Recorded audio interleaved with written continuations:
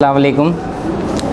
आज एक press meet इसलिए रखा गया है क्योंकि इससे पहले इस प्रेस मीट में जो हम introduction doctor Minaj Harsuri sir neuro surgeon का करवाए थे, जो मद्रास मेडिकल कॉलेज से कंप्लीट करके आए थे, माशाल्लाह एक महीने में तकरीबन 10 से ज़ायद neuro surgery cases and last month भी around 5 to 10 cases neuro surgery cases हुए थे। तो ये एक 10 डेज़ बोल सकता हूँ मैं, सिर्फ 10 डेज़ में एक 5 केसेस ऐसे जो सीवियर हेड इंजरी केसेस थे, जो ऐसे cases complex neuro surgery cases जिसको कहते हैं, जो प्रीमियर इंस्टीट्यूट्स में होते हैं सर्जरीज़, जो कॉरपोरेट हॉस्पिटल्स में सर्जरीज़ होते हैं, वैसे पेशेंट्स को अल्हम्दुलिल्लाह इमीडिएटली स्टेबलाइज़ किया गया एंड इमीडिएटली ओटी को शिफ्ट किया गया एंड सर्जरी किया गया एंड अल्हम्दुलिल्लाह ए वेरी गुड रिकवरी। बहुत ही कम टाइम में पेशेंट अल्हम्दुलिल्लाह वेंटिलेटर से बाहर आके खुद जो है वी वार्ड में भी शिफ्ट हो रहे हैं। तो ये 5 जो complex severe head injury cases, इसके बारे में डिस्कशन करने के लिए कि ये केसेस कैसे इम्प्रूव हुए एंड कैसे इसके बारे में डिटेल्स इंशाल्लाह मिनाज सर बताएंगे। अस्सलाम वालेकुम, मैं doctor Mohammed Minaj Harsuri, MS MCH neuro surgeon. मैं मंदर हॉस्पिटल में 24/7 सर्विस न्यूरो सर्जिकल सर्विसेज देने के लिए सर्विसेज दे रहा हूँ। सो मेन मकसद क्या है ये इंटरव्यू का आने के लिए कि हम आपको ये बताना चाहते हैं कि न्यूरो ट्रीटमेंट जो होता है, जो बड़े बड़े सेंटर्स में होता है, बड़े बड़े सिटीज़ में होता है, वो हम यहाँ पे उसका ट्रीटमेंट, उसका इलाज, उसके जो भी है आउटकम सब आपको यहाँ पे ईज़िली यहाँ पे अवेलेबल कराएंगे। और उसका इलाज जो भी कंप्लीट ट्रीटमेंट जो है एडमिशन से लेके डिस्चार्ज तक का जो भी कोर्सेस हम लोग करे हैं रिसेंटली, जो पेशेंट्स का ये करे हैं, उसको हम बताने के लिए यहाँ पे अरेंज किए हैं। तो रिसेंटली क्या है, 10 दिनों में हम लोग 5 केसेस जो कि क्रिटिकल केसेस बोल सकते हैं, सीवियर हेड इंजरीज बोलते हैं उसको। 3 टाइप के हेड इंजरीज होते हैं उसमें, माइल्ड, मॉडरेट, सीवियर। एक माइल्ड मतलब बहुत कम मार लगा हुआ, मॉडरेट मतलब थोड़ा सा ज़्यादा, सीवियर मतलब बहुत गहरा मार लगा हुआ है जो सर को। वो पेशेंट जैसे कि वो जो गहरा मार लगता है वो पेशेंट्स कोमा में चले जाते हैं। वैसे पेशेंट्स को हम कैसा बाहर निकालें, क्या करें, हम वो बताना चाहते हैं आपको। तो रिसेंटली 10 दिनों में ये 5 केसेस रिकवर होके उठ के बैठे हैं। तो पहला केस जो था 60 साल का आदमी था, वो एक्सीडेंट होके हमारे पास आया था। ऑलमोस्ट लाइक बेहोश की हालत में आया था पेशेंट, बेहोश था, कुछ भी रिस्पॉन्स नहीं कर रहा था, तो कोमा के हालत में था। तो इमीडिएटली क्या है, उसको पेशेंट को कैजुअलिटी में रिसीव करके ब्लड प्रेशर, ऑक्सीजन लेवल जो मैनेज करके इंट्यूबेट मतलब मशीन, उसको ट्यूब डाल के मशीन से वेंटिलेटर सपोर्ट, उसके बाद हमने स्कैन किया उसको। स्कैन करने के बाद वो पेशेंट को बड़ा सा खून का क्लॉट हो गया था। रग फटने की वजह से, मार लग के रग फटने की वजह से बड़ा सा क्लॉट हो गया था। वो क्लॉट होने की वजह से पेशेंट कोमा में चला गया। उसको इमीडिएटली हम लोग ऑपरेशन थिएटर में लेके ऑपरेशन करके जान बचाया उसकी। बट जान बचाना बोल के इमीडिएटली ऑपरेशन करके क्लॉट लेना एक मकसद नहीं रहता। निकालने के बाद की जो रिकवरी रहती, जो ICU में जो वेंटिलेटर के बाद वेंटिलेटर पे जो पेशेंट रहता, उसका जो केयर रहता, उसको जो रिकवरी रहती, वो इम्पॉर्टेंट रहती।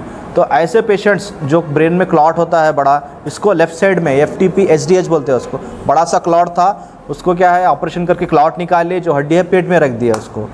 और ऐसे पेशेंट्स यूजुअली ऑपरेशन के बाद मिनिमम 1 से 2 हफ्ते तक वेंटिलेटर पे रहते हैं। बट ये स्पेशल हम लोग ऐसा उसका इलाज किए, 1 से 2 दिन में वेंटिलेटर से बाहर निकाले, दूसरे दिन उसको चलाना शुरू करें, तो ऑटोमेटिकली पेशेंट की रिकवरी अच्छी होती है।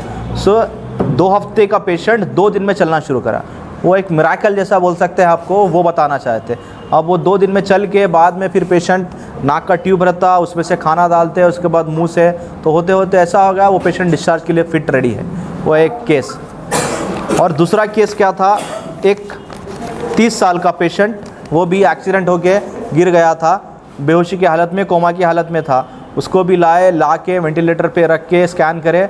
उसको तो दोनों साइड, एक साइड छोटा, एक साइड बड़ा जो क्लॉट था वो निकाले, छोटा इंजेक्शन से, दवाइयों से मैनेज करे उसको।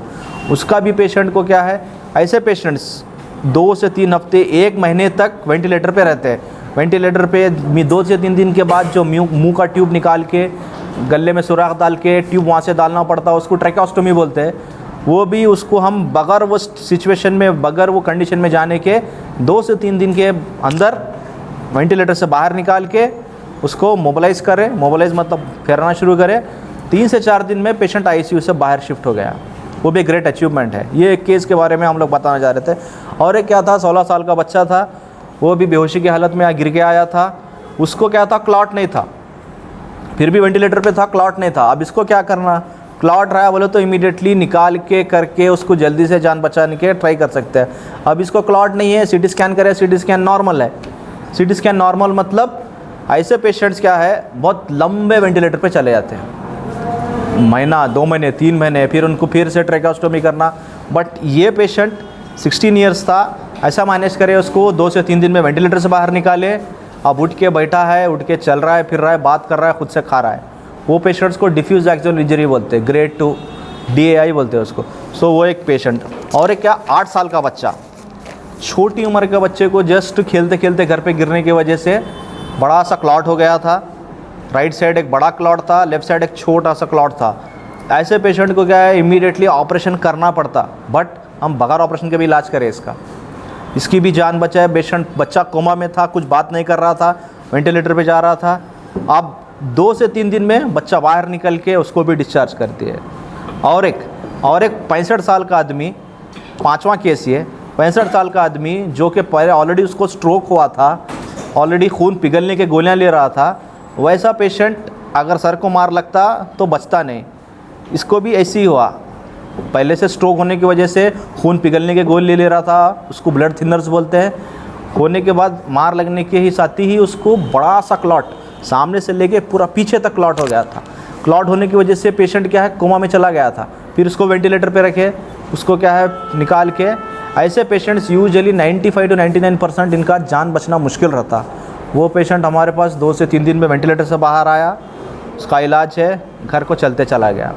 तो रिसेंटली एक 10 दिन में ऐसे 5 केसेस जो हैं, सीवियर हेड इंजरीज बोलते हैं उनको। सीवियर हेड इंजरीज़ का बचना, बाहर निकलना, वेंटिलेटर से बाहर आना, आईसीयू से बाहर आना, ही बहुत बड़ी बात रहती। ऐसे पेशेंट्स यूजुअली 1 से 2 महीने तक वेंटिलेटर से बाहर नहीं निकलते। हम लोग ने 4 से 5 दिन, मैक्सिमम बोल सकते हैं 5 दिन, उसके अंदर वेंटिलेटर से बाहर निकाल के, आईसीयू से बाहर निकाल के उसको चलाना फिराना शुरू करें। एक बड़ा अचीवमेंट है हमारे लिए। ये लेवल ऑफ केयर खाली आपको बड़े बड़े सिटीज़ में, बैंगलोर, हैदराबाद, मुंबई जैसे बड़े सिटीज़ में मिलता था। अब यहाँ जाने की ज़रूरत नहीं है। यहाँ पे 24/7 न्यूरो के केसेस हम लोग ऑपरेट कर रहे हैं, ट्रीटमेंट दे रहे हैं, अच्छा रिजल्ट्स भी दे रहे हैं। माइल्ड हेड इंजरीज़ का पहले इलाज होता था, अब सीवियर हेड इंजरीज़ का इलाज हो रहा है।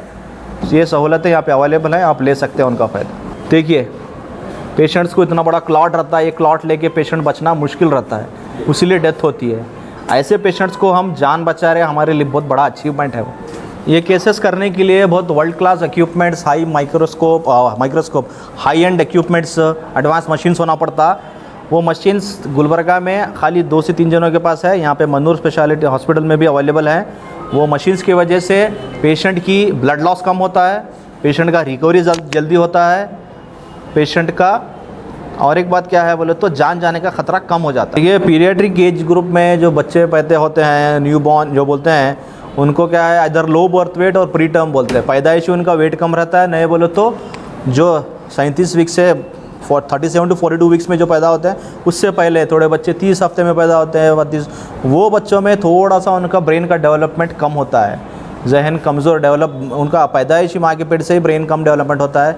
उसके वजह से वो पेशेंटों में, बच्चों में थोड़ा कभी फिट्स आते हैं, ये चीज़ें होते हैं। और कभी कभी पैदाइशी माँ के पेट से ही बड़ा सर लेके पैदा होते हैं, उनको हाइड्रोकेफेलस बोलते हैं। उसका भी इलाज, उसको शंट डालते हैं, उसका सर्जरी करते हैं, वो भी पॉसिबल है, वो भी इलाज होता है। मेरा नाम जो है doctor Anil Kumar, chief intensivist neuro critical care Manur centre.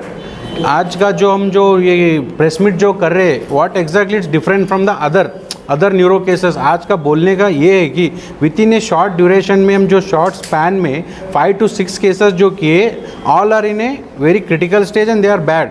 सो उनका जो फास्टेस्ट जो रिकवरी है, जो स्टेबलाइजेशन जो करना था from the day 1 of accident to the discharge, so what are the things जो हम मुश्किलें जो आगे आए, उन सबको हम कैसे डिफेंड किए, उसके ऊपर जो प्रेस मीट डिफरेंट है। तो जब पेशेंट जो आरटीए होता है, जो रोड ट्रैफिक एक्सीडेंट होता है, hardly we have a something called golden hour, जो 1 आवर का जो टाइम रहता है, गोल्डन आवर या विंडो पीरियड जो बोलते हैं, उसी टाइम पे जो patient near by hospital any good centre, not only like हम यही बोल रहे हैं कि नहीं, जो नियरेस्ट सेंटर है प्राइमरी स्टेबलाइजेशन कर लो। नहीं हुआ कि नियर बाय बड़ा सेंटर है, तो एग्जाम्पल के लिए मनूर है, समझो बड़ा सेंटर है, उसके लिए अर्ली शिफ्ट करें तो हम according to the guidelines we have trained our staff also. ये क्या है, अडल्ट ट्रॉमा लाइफ सपोर्ट बोल के ATLS गाइडलाइंस आता है, वो हिसाब से हम जो अर्ली पेशेंट को क्या करना है, उसके सांसें चल रही कि नहीं पहला देखते हैं, तो उसके हिसाब से जो स्टेबलाइजेशन था, एयरवे, ब्रीदिंग, सर्कुलेशन, जो स्टेबलाइजेशन करना था पेशेंट को GCS बोल के देखते, समथिंग कॉल्ड ग्लासगो कोमास के लिए न्यूरोलॉजिकल टर्म्स में आता है, उसका GCS के हिसाब से हमको पेशेंट को वेंटिलेटर पे डालना है नहीं डालना है, उसके हिसाब से हम डिसीजन लेते हैं। सडनली उसी वक्त हमको अभी पेशेंट को हम आगे का सोच के, हर पेशेंट जो भी ट्रॉमा हेड इंजरी आता है इन द कैजुअलिटी जब देखने के बाद हम उसी टाइम डिसाइड करते हैं कि इसका ऑपरेशन लगने वाला है नहीं लगने वाला है। तो लगने वाला है तभी का तभी हम ब्लड रिपोर्ट्स, ब्लड इन्वेस्टिगेशन, जो ब्लड अरेंजमेंट्स, जो न्यूरो के सर्जरीज जो है 2-2, 3-3 लीटर जो हम ऑपरेशन टेबल पे उतना ब्लड लॉस होता है, हमको डायरेक्टली देना पड़ता है ब्लड।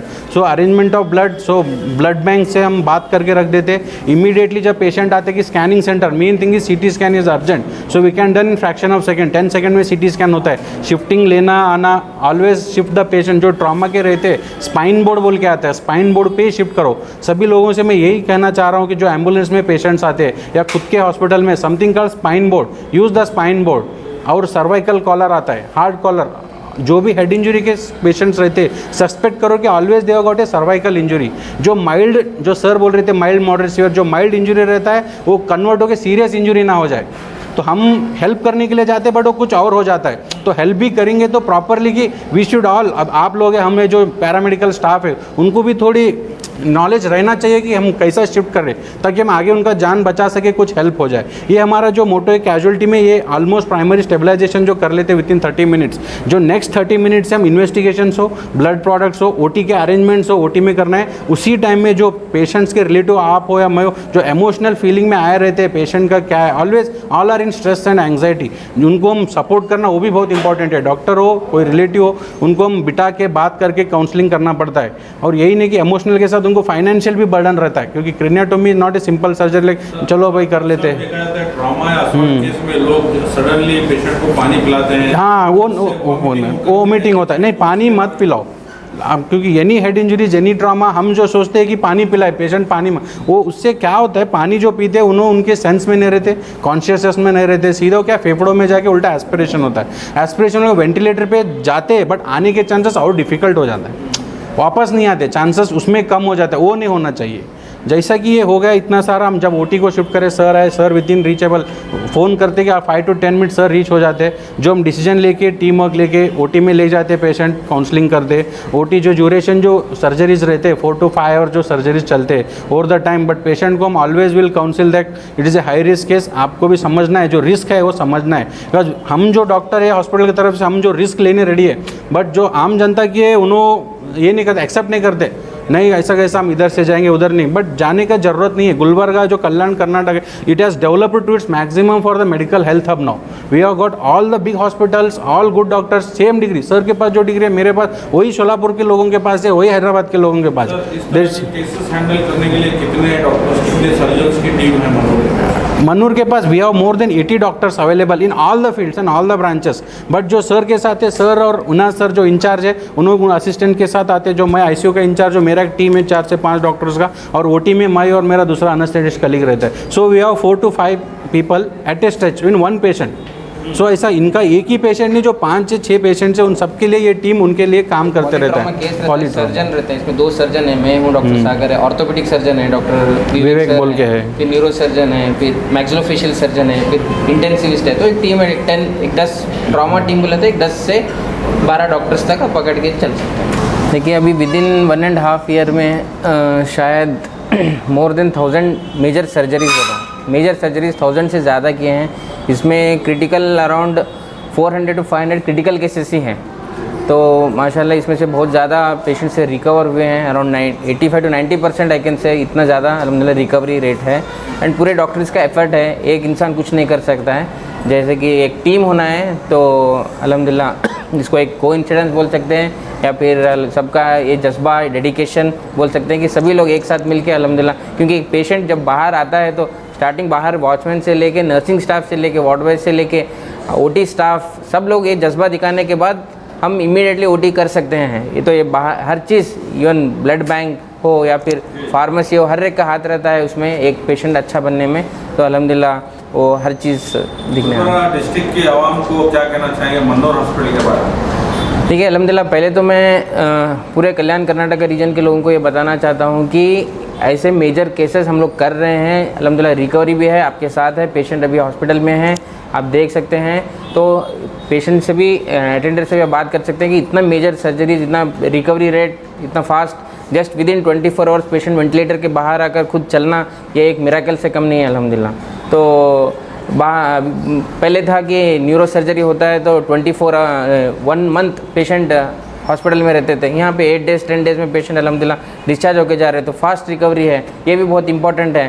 तो यहाँ पे न्यूरो सर्जरी के हर एक मेजर से मेजर कॉम्प्लेक्स केसेस अल्हम्दुलिल्लाह हम लोग कर रहे हैं।